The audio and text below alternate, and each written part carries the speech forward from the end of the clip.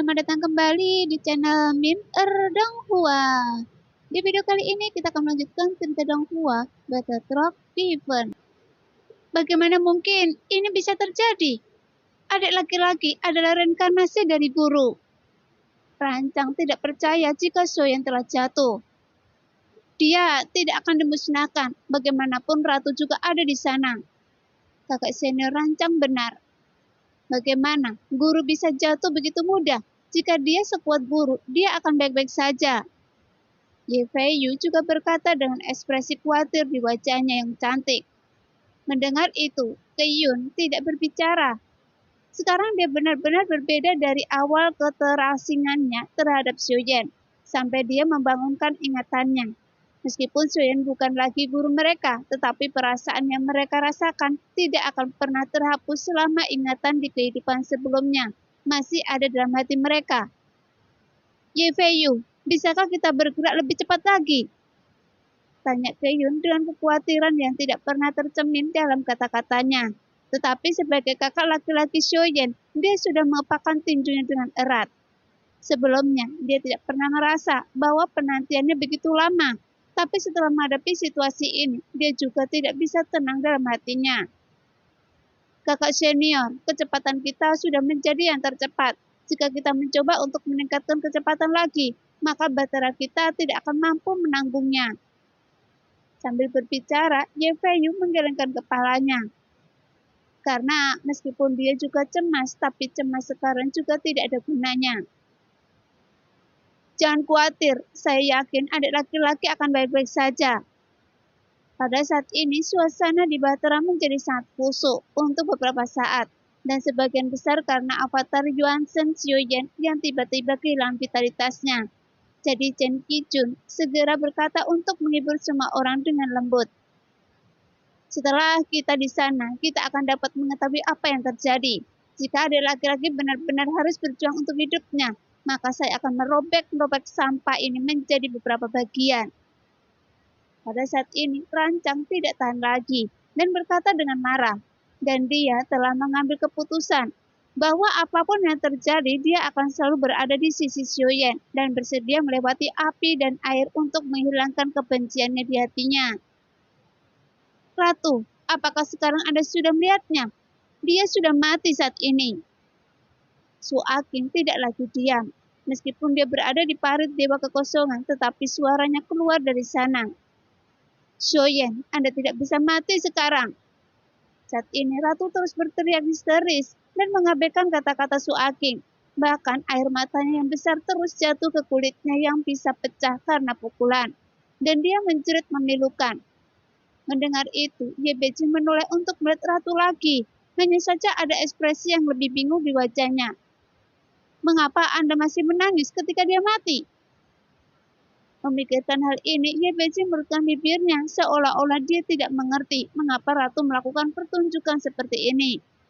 Tepat ketika mendengar jeritan Ratu, mata Suzu menatap Ratu dengan dingin. Kemudian dia bergerak dan menyerang Ratu secara langsung.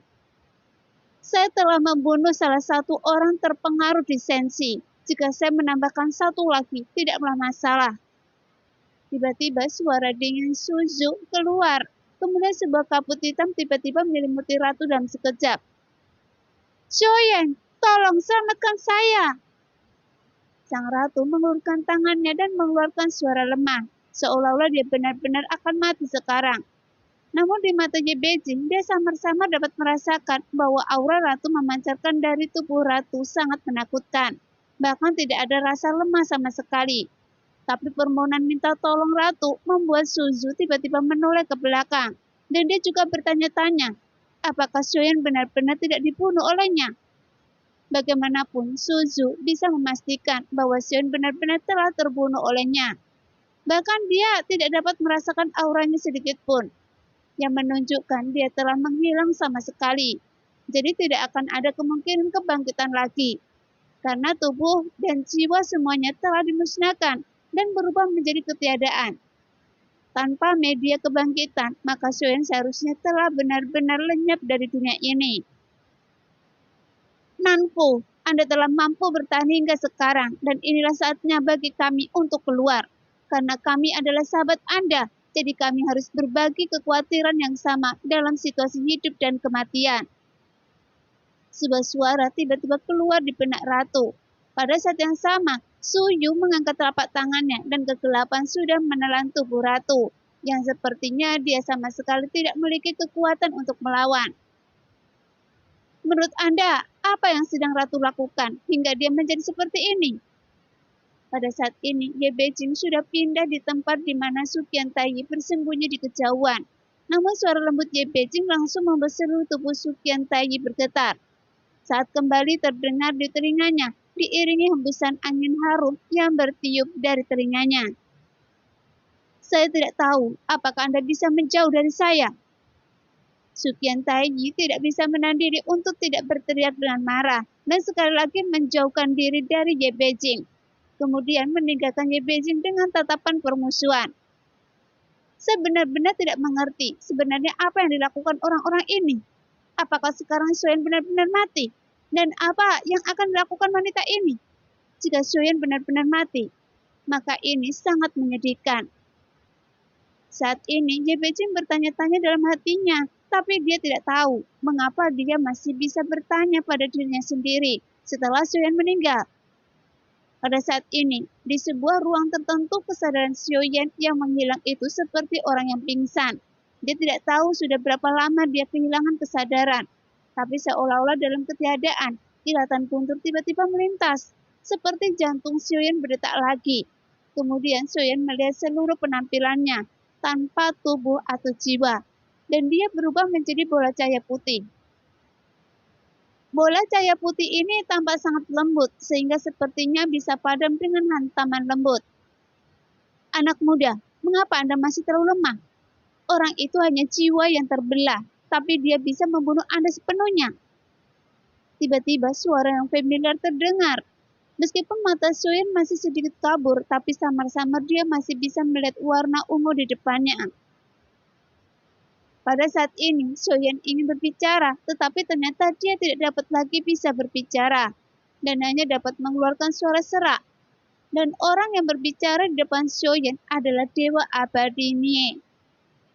Sekarang, Anda dapat membuat dua pilihan sekarang. Yang pertama, Anda bisa mengakhiri hidup Anda untuk selamanya. Tapi tentu saja, Anda memiliki pilihan lain. Setelah dia selesai berbicara, dia merentangkan cakarnya, kemudian sebuah bola cahaya muncul di depannya, dengan sosok meringkuk di dalamnya. Jika Anda menelan bola cahaya ini, maka Anda akan mendapatkan kembali tubuh dan jiwa Anda, tetapi Anda juga akan memiliki beberapa ingatan Sun Sang semasa hidup sebelumnya. Karena ini adalah inti jiwa Sun Sang yang saya simpan, dan saya juga telah memukulinya hingga babak belur ketika saya bertarung dengannya. Mendengar itu, kesadaran Xuan secara bertahap menjadi lebih jelas. Tetapi Xuan tampaknya tidak punya pilihan sama sekali. Bahkan jika dia ingin memilih pilihan pertama untuk mengakhiri seluruh hidupnya, itu tidak mungkin dilakukan karena Xuan tidak dapat berbicara sama sekali. Sebenarnya, saya tahu apa yang Anda pikirkan, bahwa Anda ingin mengakhiri segalanya dan memilih mati untuk selamanya. Tetapi Anda juga bisa melihat jika Anda memilih pilihan pertama. Setelah dia selesai berbicara, tiba-tiba sebuah gambaran yang sangat jelas muncul di depan mata Xiaoyan. Pada saat ini, ada sebuah sosok yang sedang duduk di halaman dengan bantuan bel berwarna-warni. Dan sosok itu hanya melihat ke arah ke langit, namun tidak ada cahaya di matanya, seolah-olah hidupnya terlalu panjang dan penuh dengan kesepian. Tidak seperti manusia yang hidupnya seharusnya seperti bintang jatuh. Dan itu adalah Cailin yang tidak memiliki ekspresi di wajahnya.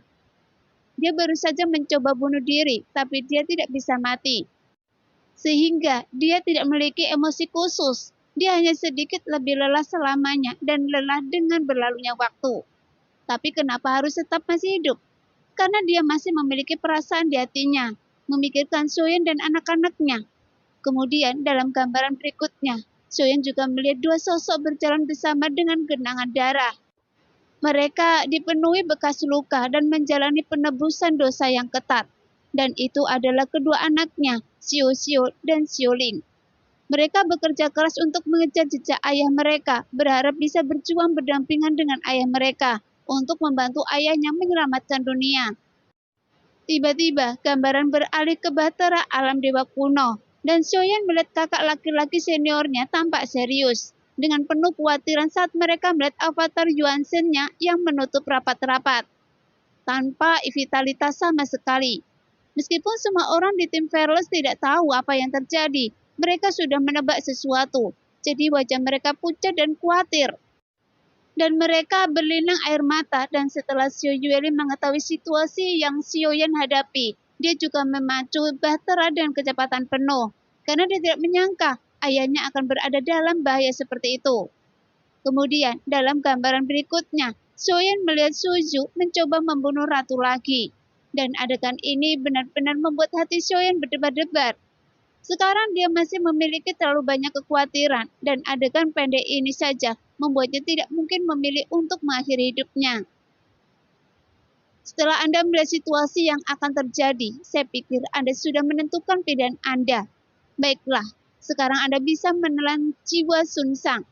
Setelah itu, Anda akan terlahir sebagai Sun Shang. Tapi saya ingin mengingatkan Anda, setelah situasi ini berakhir, Anda harus kembali ke diri Anda sendiri. Dan jangan biarkan ingatan Sun Shang mengendalikan Anda.